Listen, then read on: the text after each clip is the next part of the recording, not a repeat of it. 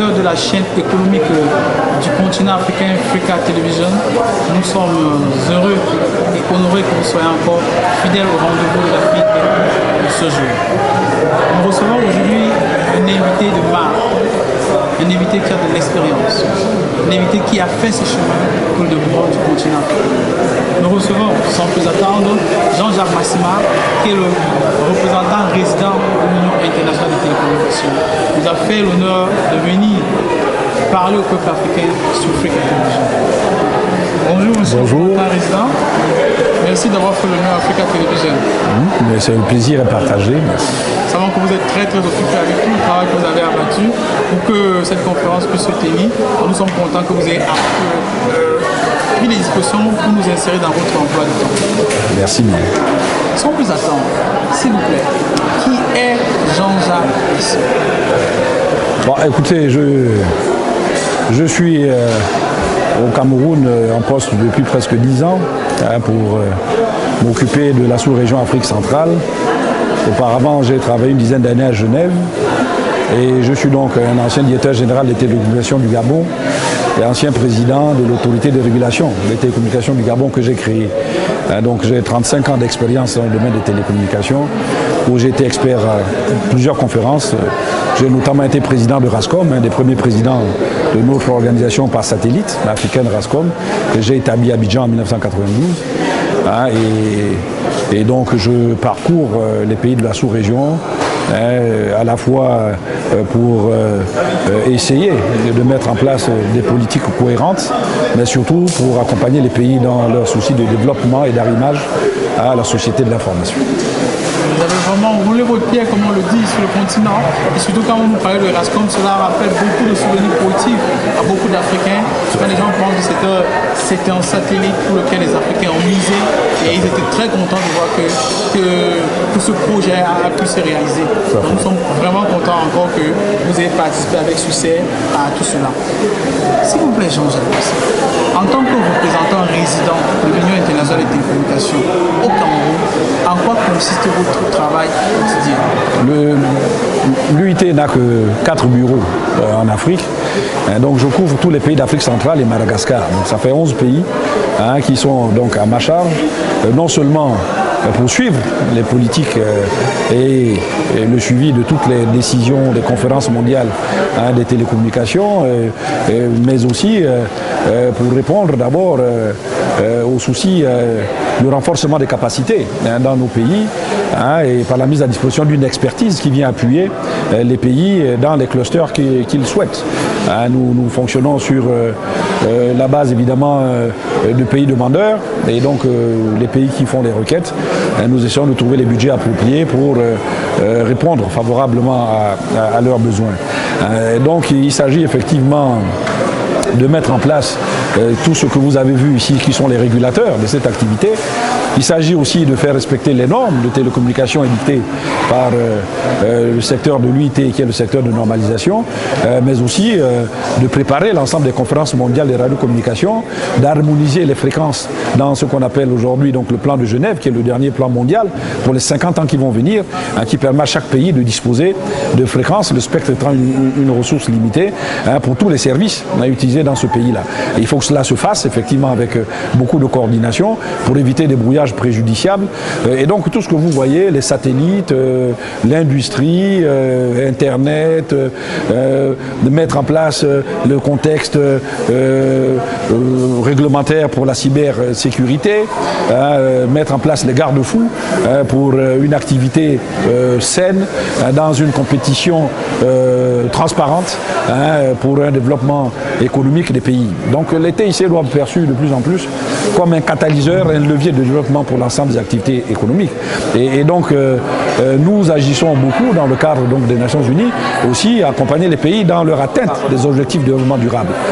Mais ce sont les 17 objectifs, et notamment le dernier d'entre eux, puisque ces 16 objectifs sont ciblés par thématique, mais le dernier d'entre eux, qui représente l'ensemble des moyens mis en œuvre pour atteindre ces objectifs, est celui pour lequel l'UIT s'emploie le plus en tant qu'outil transversal qui doit permettre de faciliter la tâche aux autres secteurs d'activité, qu'ils soient primaires, secondaires ou tertiaires. Très bien. Nous sommes à la conférence, à la fin de la conférence, vous avez beaucoup œuvré durant de longues semaines pour que cette conférence puisse se tenir. Et notons que c'est la première conférence, donc c'est une conférence pionnière. Et vous êtes l'un des pionniers qui avait travaillé en concert avec la ministre des Postes et Télécoms du Cameroun pour que cela puisse avoir lieu. Quel est l'état de lieu de l'économie numérique au Gabon d'abord, qui est votre pays d'origine, et ensuite en Afrique en général?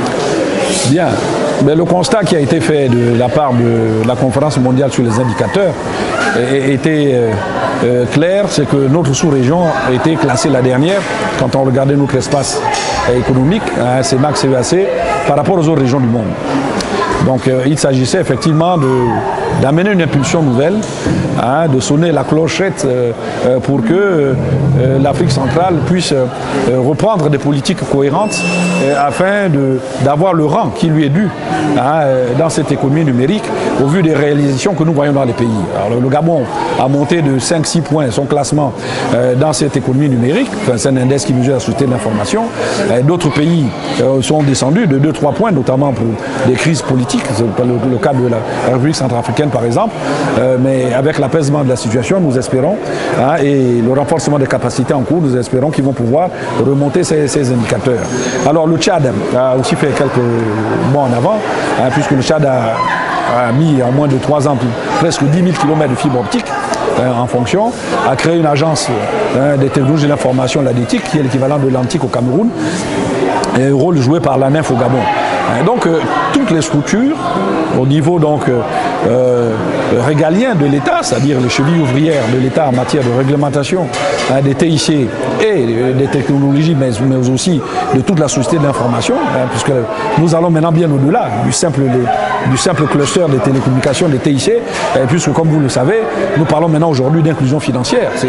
Nous en avons parlé, nous parlons de blockchain, d'inclusion financière, de monnaie électronique, tout ce qui sert maintenant un peu de banque mobile.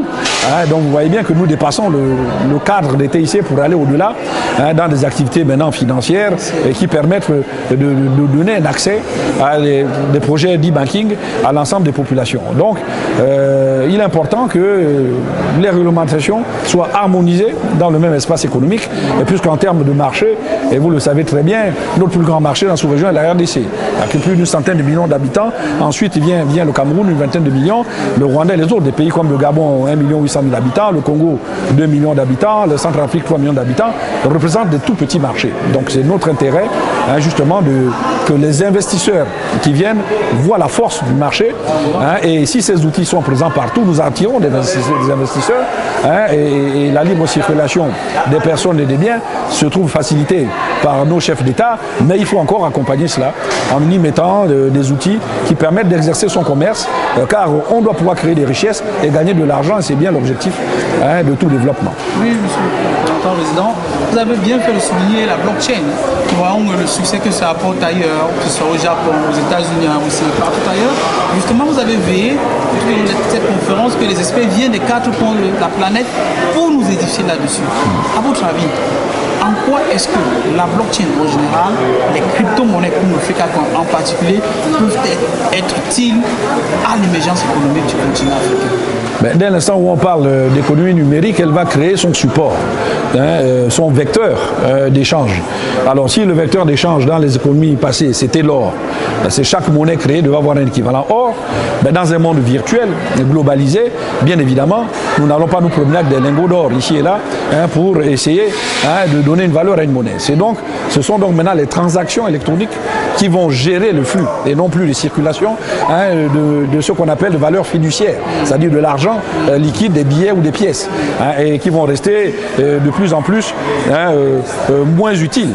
Vous prenez par exemple aujourd'hui, vous pouvez payer au Gabon, au Rwanda, au Kenya, partout, votre facture d'électricité avec votre téléphone mobile, mais vous n'avez pas manipulé d'espèces, vous n'avez pas manipulé de monnaie fiduciaire, ce sont des transactions électroniques. Alors quand quelqu'un a versé de l'argent sur votre compte Orange Money ou MTN Money, vous avez une application M-Pesa, tout ce que vous achetez par cette application, ce sont des transactions directes de compte à compte qui sont virtuelles, qui sont électroniques, qui sont certifiées. Et c'est pour ça qu'il faut avoir des unités d'authentification, des clés publiques comme l'infrastructure PKI qui permet d'authentifier de manière électronique l'originalité des transactions. Et c'est très important, c'est pour ça que nous appelons nos régulateurs bancaires, la COBAC, la Banque centrale, etc., à commencer évidemment à former leurs experts pour ne pas laisser passer cette opportunité et ce marché qui est encore volatile, mais dont on sait très bien que les actions étant volatiles doivent être gérées. La bourse, c'est cela. Nous avons une bourse des valeurs qui va être jumelée maintenant à Douala au Cameroun, puisqu'il y avait une bourse à Libreville, une bourse. Les échanges boursiers sont très faibles, mais dès l'instant où c'est électronique, vous les quintuplez en 5 minutes. Vous comprenez? Bon, alors donc, il va y avoir un formidable essor et il est temps que ces acteurs-là soient sensibilisés à cela. Et c'est pour ça que nous mettons fort de parler de cette inclusion financière, de ces blockchains et de cette révolution de la monétique qui va venir ici dans nos pays. Exactement. Justement, vous parlez de cela et il s'avère que nos gouvernements, nous savons que les gouvernements sont parfois confrontés à un certain nombre de difficultés. Mais cependant, il y a des startups africains qui sont en train de se distinguer. Par exemple, PCAP, Mobile Money, Fricacom qui a lancé la première crypto-monnaie vraiment africaine. À votre avis, c'est nos gouvernements qui ont des difficultés. Mais qu'est-ce que les gouvernements africains peuvent faire pour soutenir les startups à l'instar de PCAP, Mobile Money, Fricacom? Oui, les startups viennent du dynamisme du secteur privé, productif, donc des PME-PMI. Mais qui sont encadrés par un dispositif législatif, réglementaire et fiscal que les États essaient de mettre en place. Donc vous avez toutes ces autorités et agences qui sont mises en place pour essayer d'encourager l'investissement, l'entrepreneuriat, participent à cet élan-là. Même si sur 100 startups créées, nous savons tous qu'il n'y en a que 10 qui vont survivre, mais des milliers de startups se créent dans le monde entier chaque jour. Bon, on ne parle que des 10 pionnières parce qu'elles ont percé, mais il y en a beaucoup d'autres qui vivent de leur activité. Elles ne sont peut-être pas à la bourse mondiale, dans les GAFA, c'est-à-dire des millions de dollars de cotation boursière, mais ce sont des ouvriers de l'économie numérique. Ce sont des gens qui créent des emplois, ce sont des gens qui créent des services. Ces services sont taxés, amènent de la valeur ajoutée. Toutes les TVA perçues par l'État sur ces services créés sont autant de richesses dans l'imposition, directe ou indirecte, que le ministère des Finances engrange dans les caisses d'un État. Donc plus le marché est dynamique, plus vous engrangez des revenus qui vous permettent bien évidemment de financer l'éducation, de financer les routes, de financer les autres secteurs.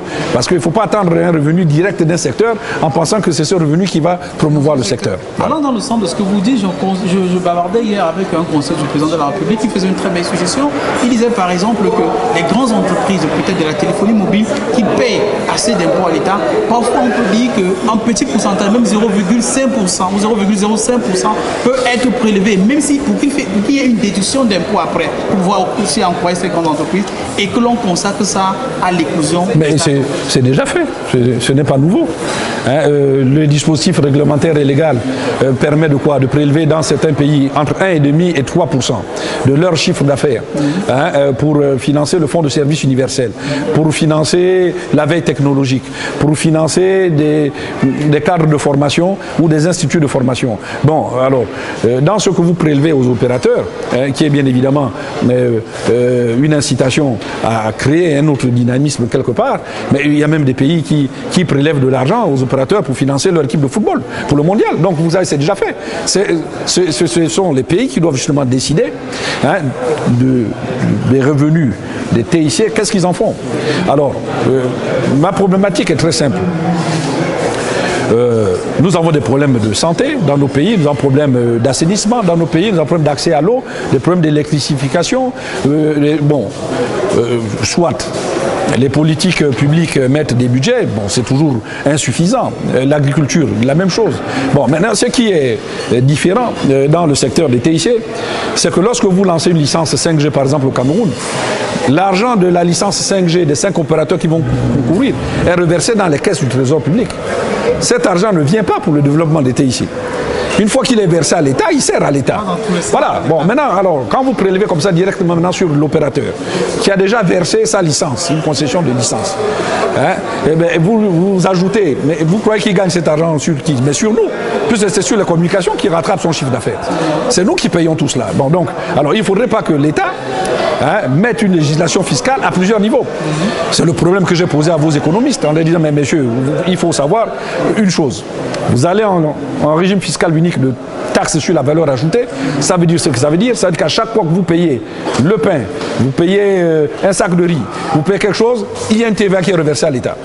Donc, le citoyen paye sa taxe et les collecteurs d'impôts, que sont les commerçants, etc., doivent la reverser dans leur déclaration d'impôts, etc. Bon, mais alors, bon, quand vous payez votre trafic téléphonique, quand vous payez les communications, mais la TVA est dedans. Alors, donc il ne faut pas surtaxer les opérateurs, faute de quoi nous trompons de paradigme, parce que l'objectif de l'UIT est de rendre accessible les TIC à l'ensemble des couches de population, même les couches défavorisées, avec les moyens qui sont les leurs. C'est-à-dire qu'il faudrait que quelqu'un qui se trouve dans les plateaux là-bas, dans la brousse, quand il a son téléphone portable, puisse appeler, accéder à la société de l'information, au même titre que ceux qui se trouvent à Yaoundé ou à Douala, etc., au coût le plus bas possible du service qui lui est rendu. Bon, mais cette péréquation de coûts, comme on vous le disait, si vous payez 50 francs la minute ici, lui, la minute qu'il paye 50 francs là-bas dans les plateaux, elle coûte à l'opérateur 150 francs. Parce qu'il y a peut-être que 100 abonnés, il faut acheminer leur trafic, l'émetteur n'est pas rentabilisé. C'est une péréquation. Donc il faut éviter de surtaxer les opérateurs, mais mettre un régime judicieux pour que justement, ils soient partenaires de ces projets. Prenez MTN, etc. Ils ont des fondations. Orange, ils ont des fondations. Donc ils aident déjà l'État dans des domaines autres que ceux des TIC. La fondation MTN, la fondation Orange lance des activités pour les jeunes filles, lance des activités pour les personnes handicapées, pour les personnes sans ressources. Donc ce sont autant de clusters sociaux, économiques, qui ne sont pas directement liés au secteur des TIC. Donc je suis tout à fait d'accord avec cette suggestion. Il s'agit maintenant à ceux qui prélèvent cet impôt-là de redistribuer une partie conséquente de cet impôt pour encadrer les start-upers du domaine high-tech. Cet argent ne va pas venir d'ailleurs. Alors si cet argent, une portion donnée de projets ambitieux, même s'ils sont ambitieux, ces projets, une fois retenus, dans le cadre par exemple du Fonds de service universel, une centaine de projets sont retenus, etc., il peut y avoir 50 projets de start-upers là-dedans. Dès que les fonds leur sont donnés, eh bien, ils sont encadrés. Avec une obligation de résultat, de visibilité ou de fusion de leur activité, jusqu'à ce qu'on se rende compte que l'accompagnement légal qui leur a été donné, de rester 2 ans sans impôt, de pouvoir s'établir avec un capital initial, etc., leur permet de grandir suffisamment. Lorsque leurs marges de marché sont suffisantes et qu'ils enregistrent des profits, mais vous avez là comme ça quelqu'un qui va contribuer. Voilà, vous avez des startups qui payent déjà 2 millions, 3 millions par an d'impôts à l'État. Et ce sont des revenus colossaux, multipliés par 1000 startups. Vous voyez les milliards que ça rentre. Mais voilà. Et donc, je suis tout à fait d'accord. Il y a à faire en sorte que l'argent qui est prélevé aux opérateurs, qui est celui que nous versons par notre contribution en achetant le crédit, en consommant ces produits-là, puisse être orienté en partie à ces start-upers pour essayer de les redynamiser le marché et vraiment trouver leur place dans cette société de l'information. Monsieur le représentant résident, vous avez fait un bon travail. Nous sommes à la fin de la conférence. Nous avons écouté tout à l'heure les résolutions. Nous avons écouté la déclaration de Yaoundé. Quel est votre sentiment général à la fin de cette conférence sur l'économie numérique en Afrique centrale? C'est la satisfaction d'avoir pu convaincre les pays de prendre chacun un cheval de bataille, qu'on appelle flagship initiative en anglais. Ce cheval de bataille est de s'engager à dire, bon voilà, le champion de telle activité est tel pays. Donc si un pays traîne dans ce secteur, c'est lui qui doit tirer la locomotive. Par exemple, le Tchad va tirer la locomotive de la fibre optique. Bon, le Cameroun va tirer la fibre optique des points d'atterrissement, des câbles sous-marins, comme vous avez vu. Il y en a un en construction à Kribi, il y en a déjà 3. Il y en a déjà 3 en fonction, pour dire que chaque pays qui veut mettre un point d'atterrissement sur un câble sous-marin doit être coché par le Cameroun, qui a déjà de l'expérience là-dessus.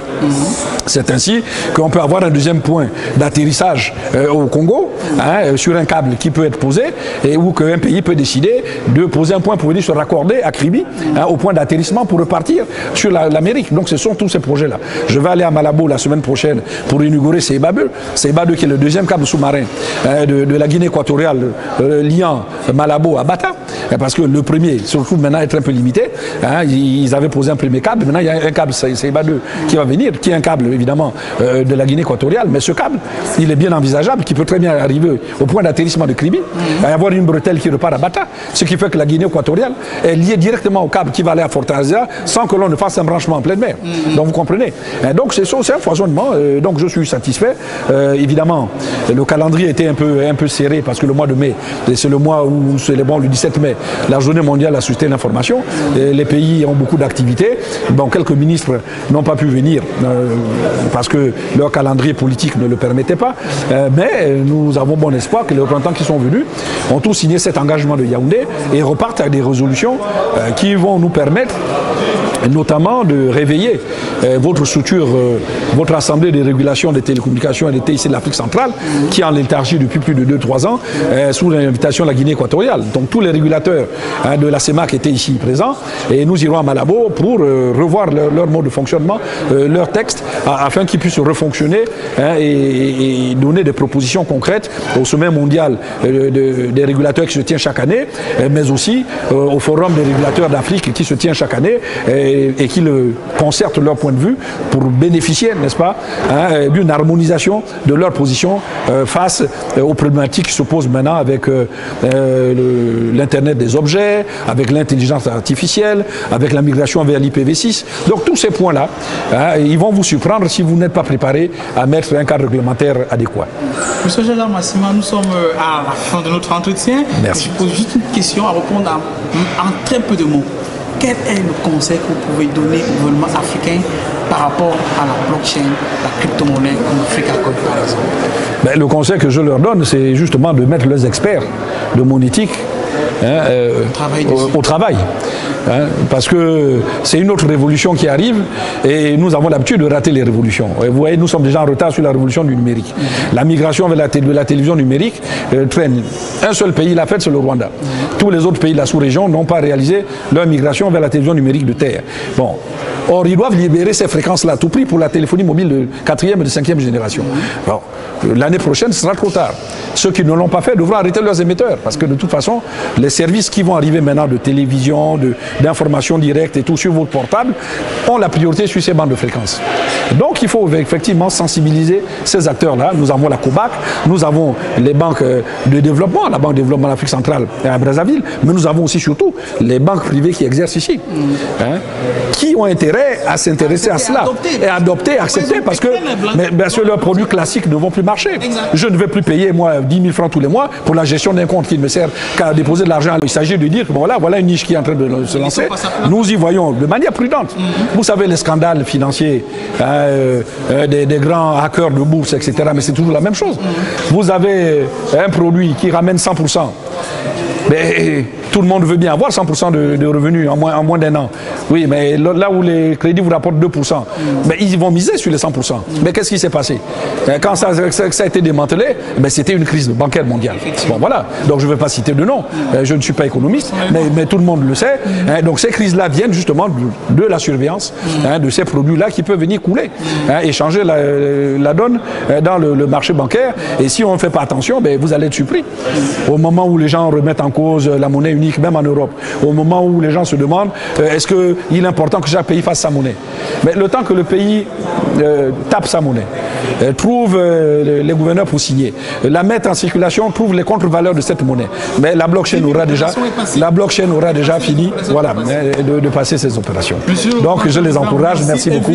Merci beaucoup. Merci infiniment. Merci.